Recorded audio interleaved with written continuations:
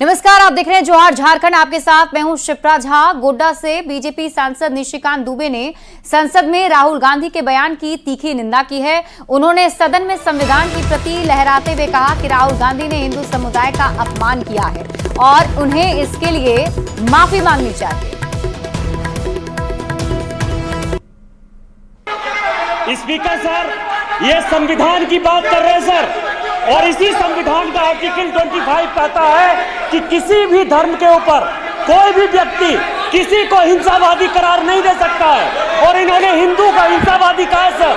संविधान का इन्होंने अपमान किया है, संविधान की झूठी दुहाई दी है, इनको माफी मांगनी चाहिए सर। ये आर्टिकल 25 है सर संविधान का सर, इनको माफी मांगनी चाहिए। आर्टिकल 25 जो है संविधान, और ये देश संविधान से चलता है, ये पार्लियामेंट संविधान से चलता है सर, इनको माफी मांगनी चाहिए सर। गढ़वा से बड़ी खबर है। आरएसएस नगर अध्यक्ष पर जानलेवा हमला किया गया है। जान से मारने की कोशिश का आरोप लगा है। गंभीर हालत में अस्पताल में भर्ती कराया गया है। बताया जा रहा है कि एक समुदाय के लोगों पर ही हमले का आरोप लगा है, जिसमें 2 नामजद और 200 अज्ञात पर एफआईआर किए गए हैं। पशु पर हमला करने से जुड़ा ये पूरा मामला बताया जा रहा है।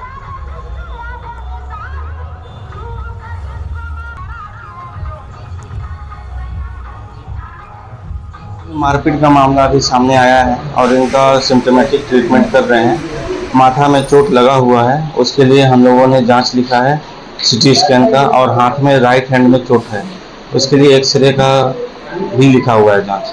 बाकी जांच आने के बाद आप लोग को बताते हैं। हम लोग वहाँ पर थे, ये दो करण जी और सोमू जी, ये दोनों भाई, गाय के किसी प्रकार हमला हुआ था, जिसमें 2 गाय तड़प रही थी और इनके भाई दौड़ कर जाकर गए वहाँ पर देखने के लिए।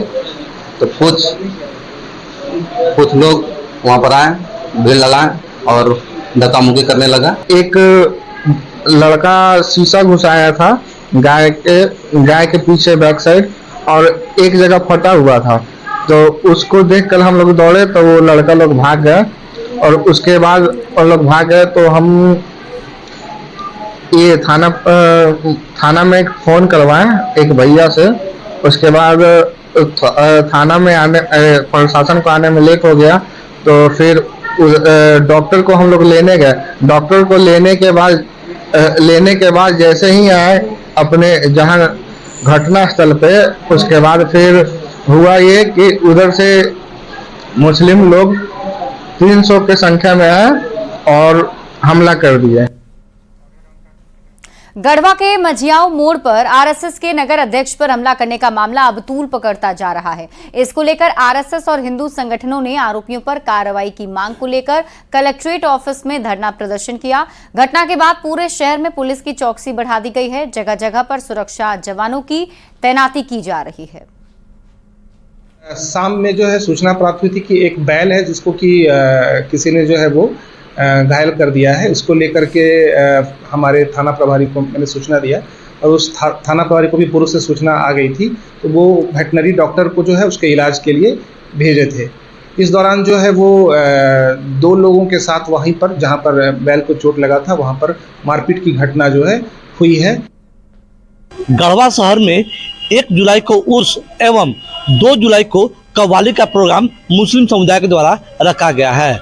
इसी प्रोग्राम को लेकर 30 जुलाई को मुस्लिम समुदाय के द्वारा एक रैली निकाली गई थी। इसी रैली के दौरान जाते वक्त गढ़वा शहर के मझिया मोड़ पर कुछ मुस्लिम शरारती तत्वों के द्वारा एक पशु पर हमला किया गया तलवार और शीशे से, जिससे पशु बुरी तरह से जख्मी है। इसी को देखते हुए आरएसएस के जो नगर अध्यक्ष है करण, उन्होंने उस पशु की सेवा करनी चाहिए एवं उसका इलाज करना चाहा। इसी बीच जो मुस्लिम समुदाय के कुछ शरारती लोग थे, जो भीड़ थी, वह करण पर यह कहते हुए टूट पड़ी कि तुम इसका इलाज मत करो, उसको मरने दो। इसी को लेकर जब करण ने विरोध किया तो उसके साथ पूरा भीड़ ने मारपीट की। इसे लेकर गढ़वा शहर के मैया मोड़ से जिला समाहरणालय तक एक रैली निकाली गई एवं अपराधियों की एवं शरारती तत्वों की पहचान कर दोषियों पर कार्रवाई करने की मांग को लेकर यह आक्रोशित लोग मांग कर रहे हैं।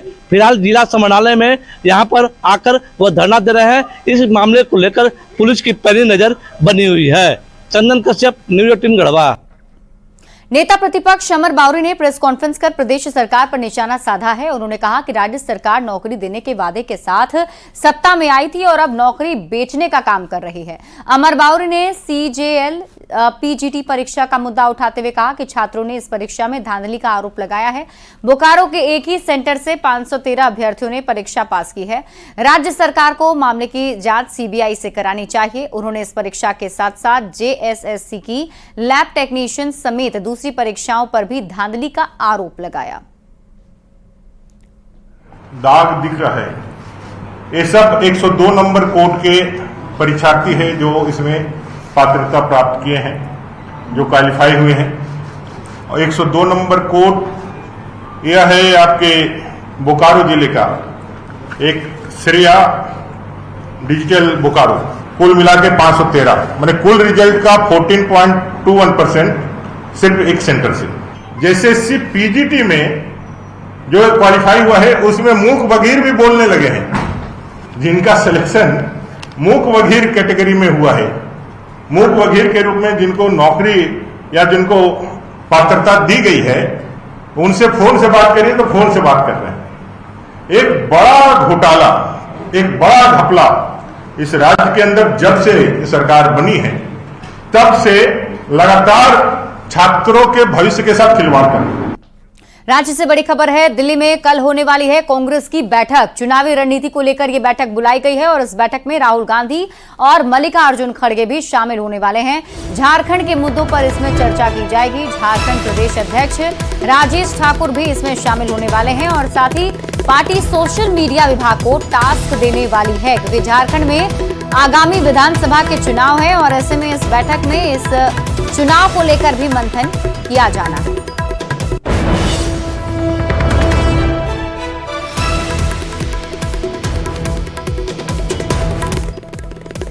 वहीं झारखंड में विधानसभा चुनाव को लेकर CPI-ML ने भी रणनीति बनानी शुरू कर दी है। रांची में माले स्टेट कमेटी की 2 दिवसीय बैठक हुई, जिसमें पार्टी महासचिव दीपांकर भट्टाचार्य मौजूद रहे।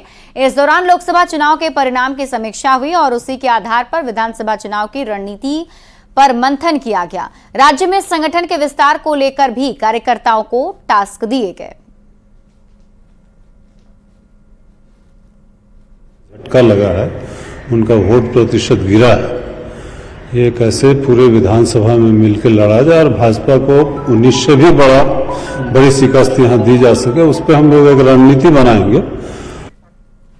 झारखंड से बीजेपी के राज्यसभा सांसद दीपक प्रकाश ने विपक्ष पर निशाना साधा है।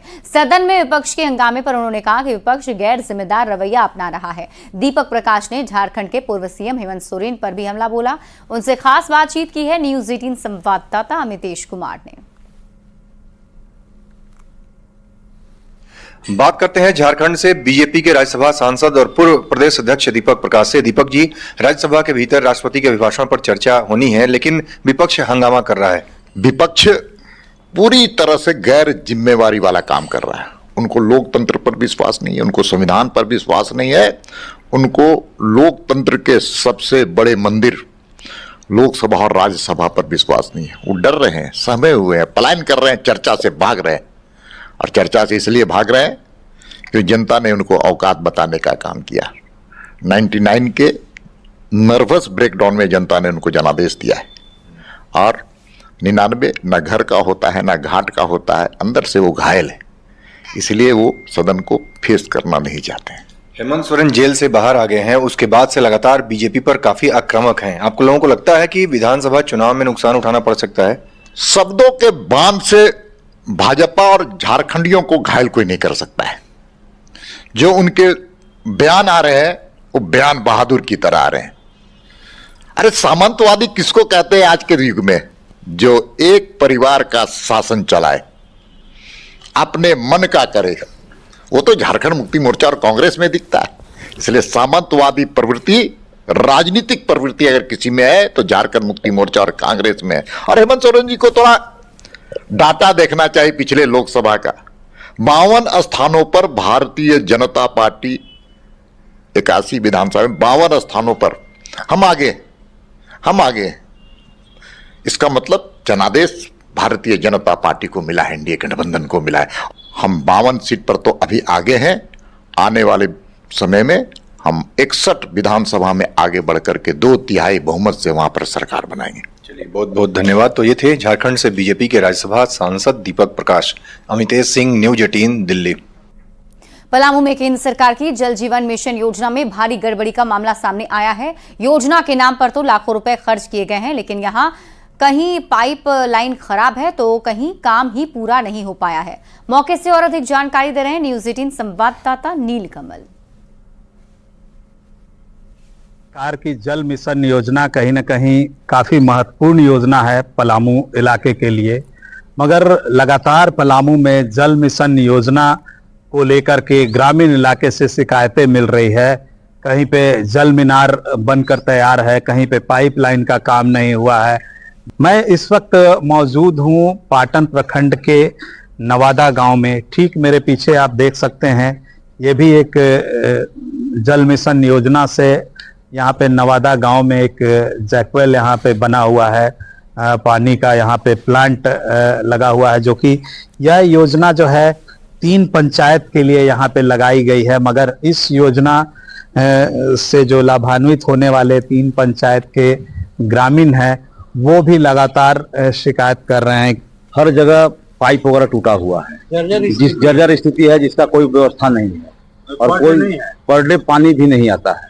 10 मिनट आया, 5 मिनट आया, उसके बाद बंद हो जाता है। यहाँ पर कोई ढंग से अच्छा नहीं है पानी का व्यवस्था। 4 दिन के बाद वो भी आता है तो 2 दिन के बाद आता है। कभी एक आता है तो 10 मिनट 5 मिनट पानी आता है, उसके बाद आती नहीं है। नल जो लगा हुआ है मतलब बहुत थर्ड क्लास का नल लगाया हो गया है, और हर जगह पाइप का लीकेज जो है, बहुत जगह पाइप का लीकेज है। प्रॉपर मॉनिटरिंग नहीं की गई तो ये योजनाओं का लाभ जो है लोगों को नहीं मिल पाएगा। नीलकमल, न्यूज 18 पलामू। साहिबगंज के बोरियो प्रखंड में मोरंग नदी पर बना पुल भ्रष्टाचार की भीड़ चढ़ गया। 6 करोड़ की लागत से बने पुल के अप्रोच सड़क पर महज 4 महीने के अंदर ही दरारें पड़ गई हैं। मानसून की पहली बारिश ने ही पुल निर्माण में हुई लापरवाही की पोल खोल दी। इसको लेकर कांग्रेस प्रखंड उपाध्यक्ष ने कार्रवाई की मांग की। वहीं पुल निर्माण करने वाली कंपनी के मैनेजर सफाई देने में लगे हैं।